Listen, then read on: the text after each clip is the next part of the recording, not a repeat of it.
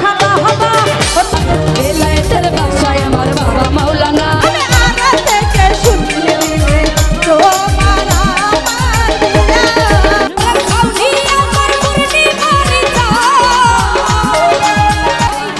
আমি ওটা কয়ে যাবো এমন কইরা মানুষ রেতি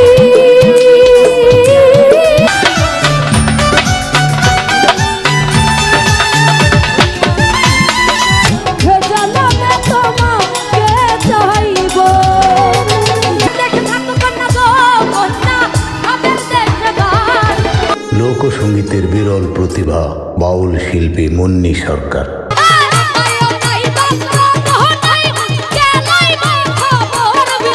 বাউল সঙ্গীত আর লোকগানের জগতে মুন্নি সরকার বর্তমান সময়ের এক উজ্জ্বল নক্ষত্র। বিশেষ করে বিচ্ছেদ গান আর পালা গানের আসরে তার জনপ্রিয়তা এখন তুঙ্গে।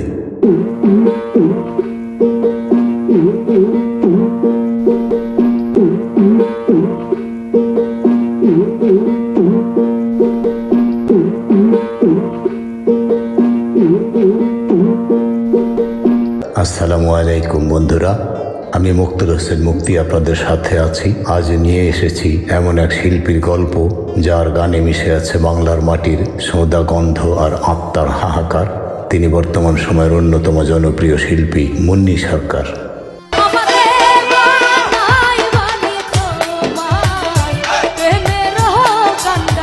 কেন তার গান শুনলে মানুষের চোখের কোণে জল আসে, আজ আমরা জানবো তার জীবনের সেই অজানা কাহিনী।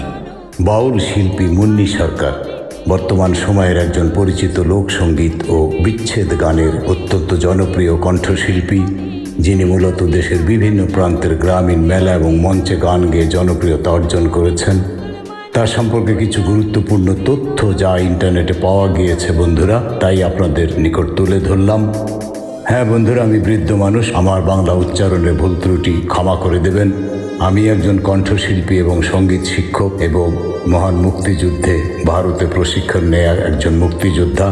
তাহলে চলুন আমার নিজের কথা না বলে শুরু করা যাক। গানের ধরন: তিনি মূলত বিচ্ছেদ গান, মুর্শিদি, ভান্ডারি এবং লোকজ ধারার গান গেয়ে থাকেন।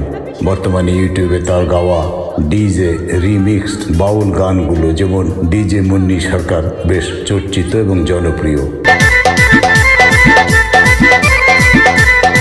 জনপ্রিয় গান তার কণ্ঠে কে দিল পিরিতের বেড়া লিচুর বাগানে, বন্ধু তুমি প্রেমের দানব, পিরিতি শিখাইয়া কোথায় গেলি হারাইয়া এবং উদলা ঘরের ছাউনি আমার গানগুলো বেশ পরিচিতি পেয়েছে। মঞ্চ পরিবেশনা: তিনি ভাটির বাউল মিডিয়া এবং সুরের বাঁধনের মতো জনপ্রিয় ইউটিউব প্ল্যাটফর্মগুলোতে নিয়মিত গান প্রকাশ করেন। তিনি ময়মনসিংহের বিভিন্ন পালা গান ও মঞ্চে পারফর্ম করার জন্য পরিচিত।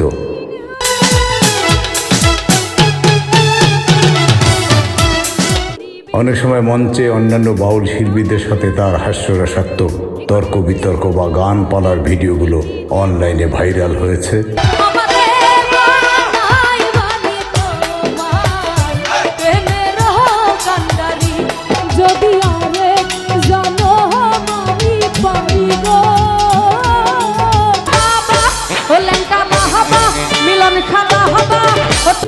বাউল শিল্পী মুন্নি সরকারের সঠিক জন্মস্থান সম্পর্কে অনলাইনে সুনির্দিষ্ট কোনো তথ্যের উল্লেখ পাওয়া যায়নি বন্ধুরা, তবে তার সঙ্গীত জীবন ও কার্যক্রম থেকে তার সম্ভাব্য এলাকা সম্পর্কে ধারণা করা যায়।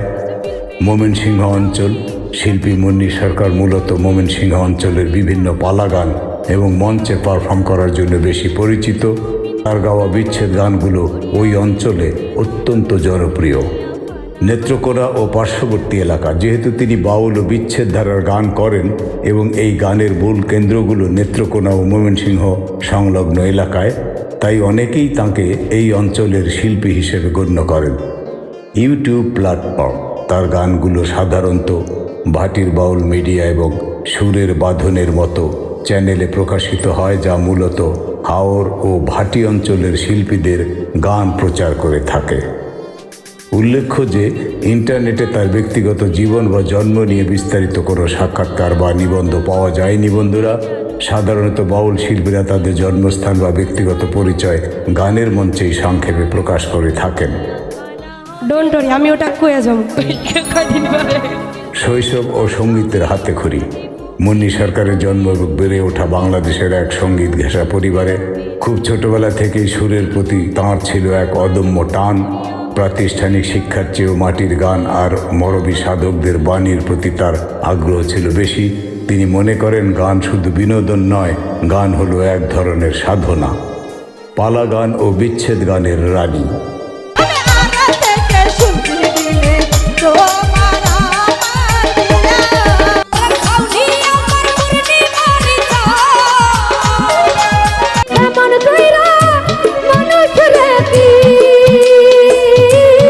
মুন্নি সরকার মূলত পরিচিতি পেয়েছেন তার অসাধারণ পালা গান এবং বিচ্ছেদ গানের জন্য।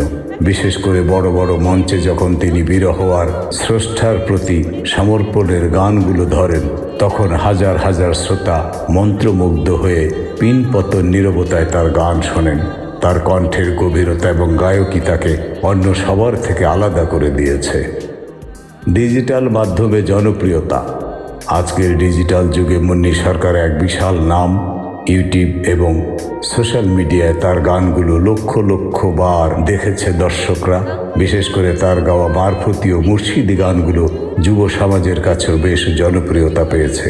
বর্তমানে তিনি শুধু দেশেই নয়, দেশের বাইরেও বিভিন্ন সঙ্গীতানুষ্ঠানে নিয়মিত আমন্ত্রিত হন। মুন্নি সরকারের বিশেষত্ব। মুন্নি সরকারের সবচেয়ে বড় শক্তি হলো তার বিনয় এবং মঞ্চে তাঁর উপস্থাপনা। তিনি যখন গান করেন তখন প্রতিটি শব্দের ভাব ফুটিয়ে তোলেন তার বাচন ভঙ্গিতে। তার কণ্ঠে লালন শাহ, হাসন রাজা কিংবা শাহ আব্দুল করিমের গানগুলো এক নতুন মাত্রা পায়। ডোন্ট ওরি, আমি ওটা কয়ে যাবো কয়দিন পরে। উপসংহারে বলবো বন্ধুরা, মুন্নি সরকারের মতো শিল্পীরাই আমাদের লোক ও সংস্কৃতিকে টিকিয়ে রেখেছেন।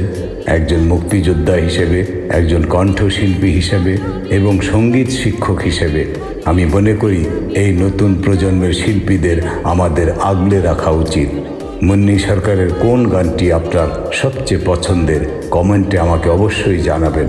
বন্ধুরা, সংক্ষেপে অর্থাৎ অতি সংক্ষেপে এই ছিল বাংলা লোকজ সংস্কৃতির অগ্রপথিক, বর্তমানের অত্যন্ত জনপ্রিয় বাউল শিল্পী, লোকসঙ্গীত শিল্পী মুন্নি সরকারের সংক্ষিপ্ত জীবনী।